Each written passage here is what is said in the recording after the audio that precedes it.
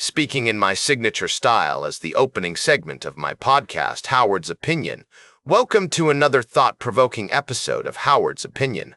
I'm your host, Howard, and today we're diving into the tumultuous world of the NFL, specifically the New Orleans Saints. The recent loss to the Atlanta Falcons has left fans reeling, and for good reason. A 44-13 drubbing at the hands of a team that's not exactly setting the league ablaze is a harsh reality check. Now, let's delve into the specifics. The Saints kicker, Blake Grupe, has reached a new low, missing not one but two crucial field goals in the first half. This brings his total missed field goals from inside 40 yards to 7, a league-leading statistic that no player wants to boast about. It's particularly egregious when you consider that Will Lutz, the kicker the Saints traded away to the Denver Broncos in 2023, has been thriving in his new environment. He recently secured a contract extension and was named AFC Special Teams Player of the Week after hitting all 5 of his attempts, including the game winner against the Kansas City Chiefs. This raises serious questions about the Saints' decision-making process. Was trading Lutz away a mistake? Should they be looking to replace Grupe sooner rather than later? The fact that Charlie Smith has been waiting in the wings on the practice squad for 2 years suggests that the team may have already considered this possibility, but the issues with the Saints go beyond just the kicker position.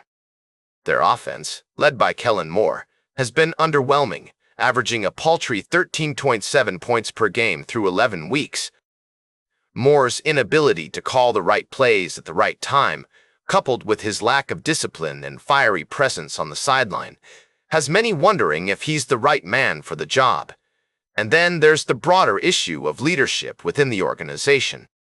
Mickey Loomis's record without Sean Payton at the helm is a dismal 51-75, spanning from 2002 to 2005 and 2022 to 2025.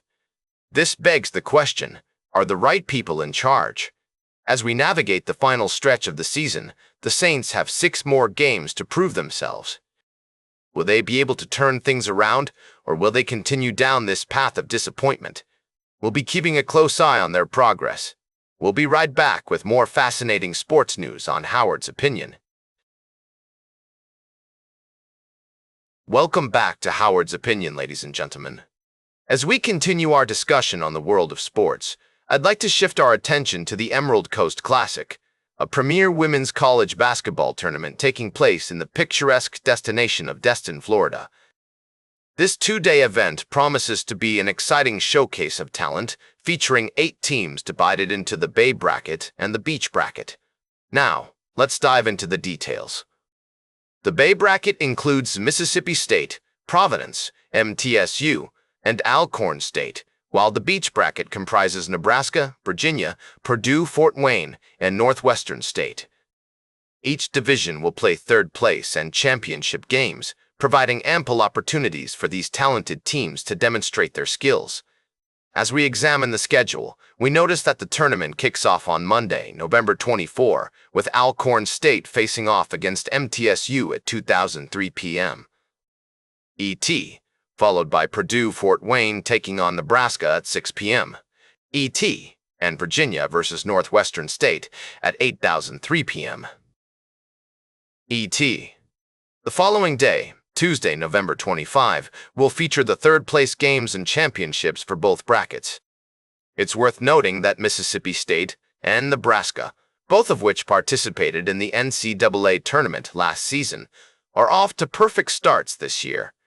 This tournament serves as an early challenge for these teams, allowing them to test their mettle against formidable opponents.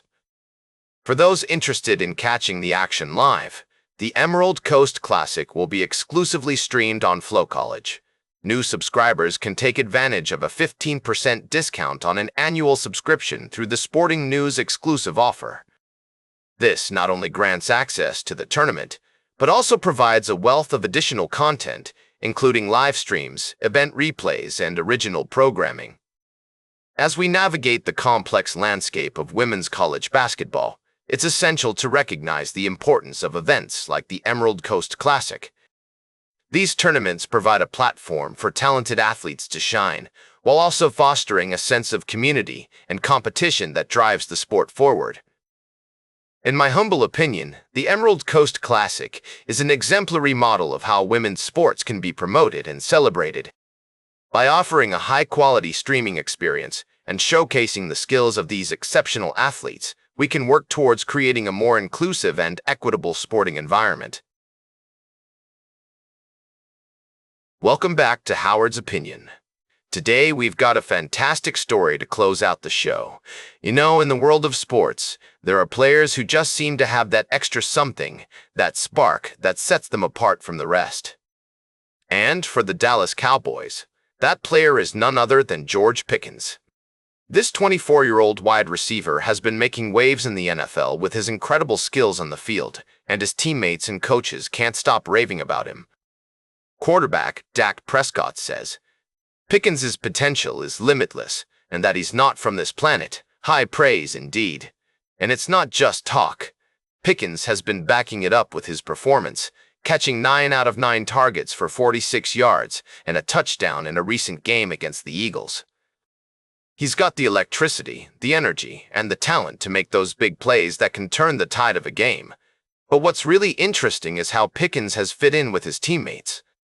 According to him, it's the guys he's playing with who have made all the difference, players like Dak Prescott, CeeDee Lamb, and others who have welcomed him with open arms. And that sense of camaraderie, that feeling of being part of a team, is what's driving Pickens to new heights. Now, as we look to the future, there are questions about Pickens' contract. He's still on his rookie deal, but with performances like this, he's likely to be in line for a big payday soon. The Cowboys front office will have some decisions to make, but for now, they're just enjoying the ride. And that's exactly what we should do too. Enjoy the excitement, the thrill of watching a talented player like George Pickens do his thing on the field. Because at the end of the day, that's what sports are all about. The love of the game, the passion, and the joy of watching greatness unfold. That's all for today's Howard's Opinion. Remember to like, share, and subscribe, and until next time, keep your head in the game.